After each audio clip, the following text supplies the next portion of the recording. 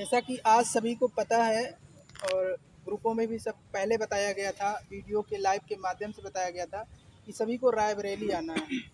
देखो इतनी संख्या तो हमारे पास नहीं हो पाई, लेकिन फिर भी जितने भी हमारे साथी थे, संघर्ष के साथी जितने भी रहे हैं, पूरी दमदारी से वहाँ पे पूरी तरह से मुस्तैद थे।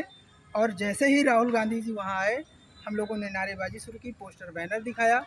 उन्होंने देखा भी पूरी तरीके से, अच्छे से उन्होंने पढ़ा भी उस चीज़ को और हम लोगों की तरफ इशारा भी किया।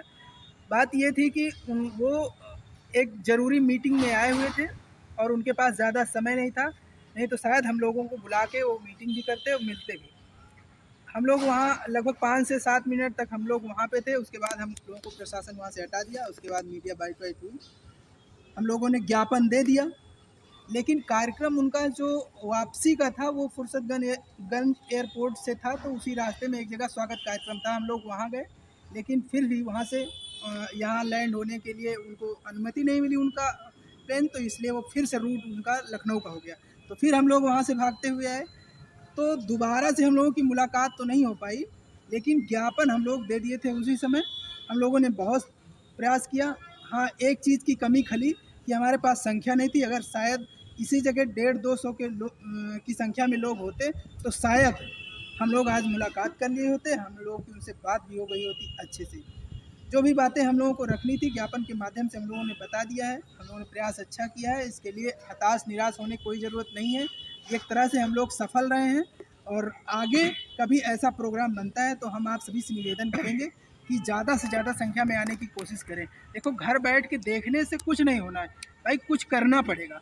आप लोग घर में बैठे कोसते हो, लोगों को बोलते हो उल्टे सीधे, नेताओं को बोलते हो। भाई आप भी तो देखो कि आपको एक दिन के लिए अगर किसी ज़रूरी काम के लिए बुलाया जाता है, इसमें आपका भी तो फ़ायदा है। आप लोग आए नहीं, खासकर हमारे रायबरेली के कुछ साथी ऐसे रहे जिन्होंने बोला कि हम आएंगे, उसके बाद भी नहीं आए। लेकिन जो साथी हमारे आए हैं उनका बहुत बहुत धन्यवाद। जो दूर ज़िले से, जैसे बस्ती से, आजमगढ़ से, देवरिया से बहुत सारे साथी हैं, उन सभी का धन्यवाद। और उम्मीद करते हैं कि जब भी ऐसा कुछ होगा, ऐसा कोई प्रोग्राम बनेगा तो आप सभी आगे बढ़ के हिस्सा लेंगे, साथ देंगे। बाकी की आगे की बात हमारे विक्रम भाई हैं, वो रखेंगे।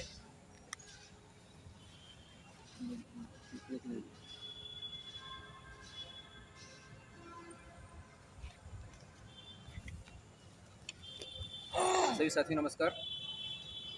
आज का जो घटनाक्रम था आदित्य राहुल गांधी से मुलाकात करने का, उसे अमित भाई ने पूरा विस्तार से बता दिया है। जितना संख्या बल था उसके अकॉर्डिंग जितना प्रयास किया जा सकता था वो पूरा प्रयास किया गया।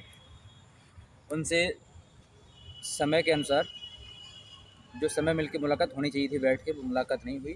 बाद बाकी अपना संदेश भी उनके पास गया, अपना ज्ञापन भी गया, अपना प्रकरण उनके संज्ञान में लेकर पुनः गया।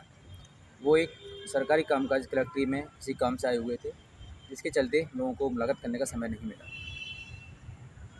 बाद बाकी जितना संख्या बल था उसके हिसाब से प्रयास किया गया, बाद में मिलने का प्रयास किया गया, लेकिन व्यस्तता होने के कारण वो लोग नहीं मिले, उन लोगों से हम लोग मुलाकात नहीं हो पाई। मेरा ये मानना है कि जैसे कि उपचुनाव जो होना यूपी में 9 सीटों पर, वो 20 तारीख को है। अभी हमारे पास समय है उपचुनाव से पहले तक।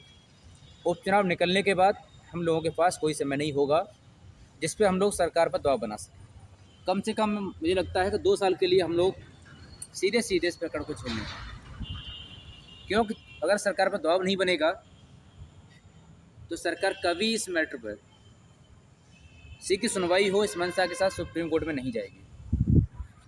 अगर ये लगता है कि उपचुनाव से पहले, जैसे कि हम लोगों को प्रिंट मीडिया के माध्यम से जानकारी दी जा रही है, ये 100% कि ये पेड न्यूज है या सिर्फ हम लोगों को गुमराह करने के लिए। अगर हम लोग वास्तव में चाहते हैं कि हम लोगों को निकाय चुनाव से पहले नियुक्ति मिले, तो मेरा मानना है कि हम लोगों को, अगर आप सभी लोगों की सहमति होती है, तो हम लोगों को 7 तारीख से महाधरने का आह्वान करना चाहिए और एक महाधरना करना चाहिए जो निरंतर चले।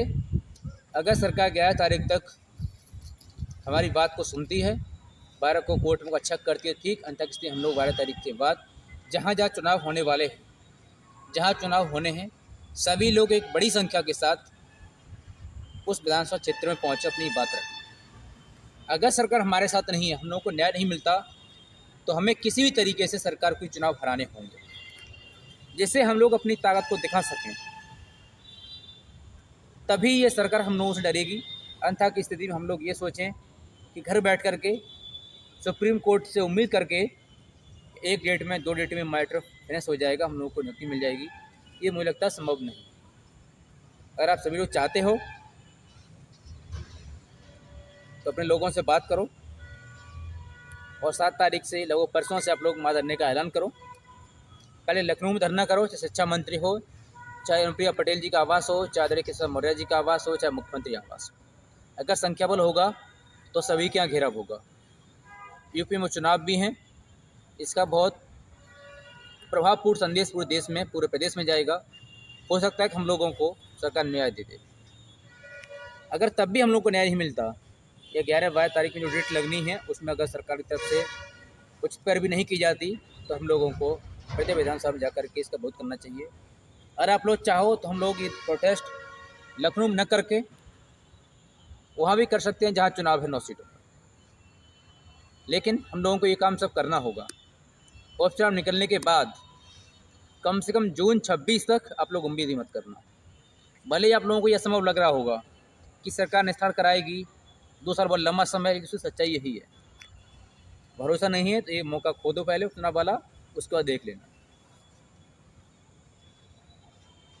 आगे धनंजय भाई अपनी बात को रखेंगे।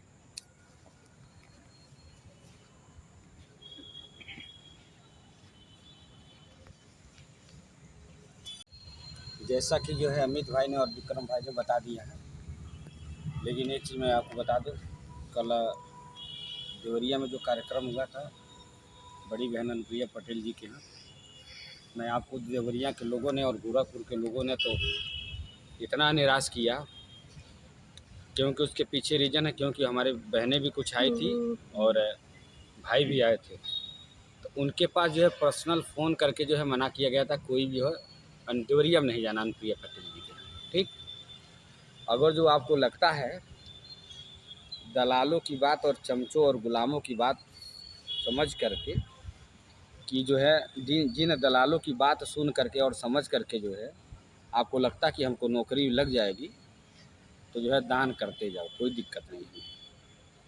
क्योंकि जो है वहाँ लोग पहुँचे भी थे, उन्होंने साफ साफ बताया, हालांकि नाम नहीं बताया किसका किसका फ़ोन आया था, लेकिन उसमें तो जो है एक तो कम संख्या थी, लेकिन उसमें से 3 लोगों के पास जो है फ़ोन गया था। अब मुझे महसूस तभी हो गया, जो भी हमारे देवरिया के साथी और गोरखपुर के साथी जो एक्टिव लोग, जो हमेशा सालों साल धरनों में दिखे, संग्राम